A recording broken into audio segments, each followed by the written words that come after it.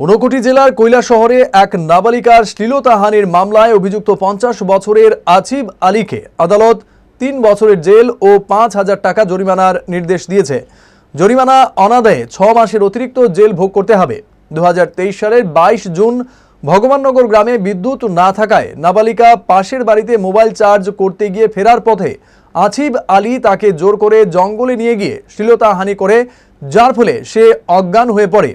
পরবর্তীতে তাকে হাসপাতালে নিয়ে যাওয়া হয় এবং তার মা ওই দিনেই কৈলাসহর মহিলা থানায় অভিযোগ দায়ের করেন।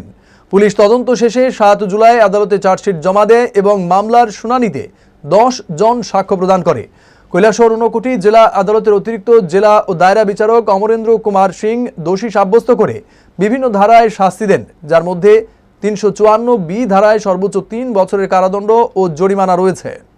341 অফ আইপিসি মোতাবেক ওনাকে 1 মাসের জেল এবং 500 টাকা জরিমানা, সেই 500 টাকা ওনাদের 7 দিনের আরো অতিরিক্ত জেল, এবং 323 অফ আইপিসি মোতাবেক ওনাকে আরো 1 মাসের জেল এবং 500 টাকা জরিমানা, ওনাদের 7 দিনের জেল। এবং এই যে ওনাকে বললাম যে 354B এবং 8 অফ 354B অফ আইপিসি এবং 8 অফ পক্সো অ্যাক্ট ওনাকে শাস্তি করা দোষী সাব্যস্ত করা হয়েছে। কিন্তু এখানে দেখা যায় যে কোনটাতে এখানে দেখা গেছে যে 354B, কারণ দুইটাতে পানিশমেন্ট দেওয়া যায় না, সেটা 354B তে ওনাকে পানিশমেন্ট দেওয়া হয়েছে 3 বছরের জেল এবং 5,000 টাকা জরিমানা।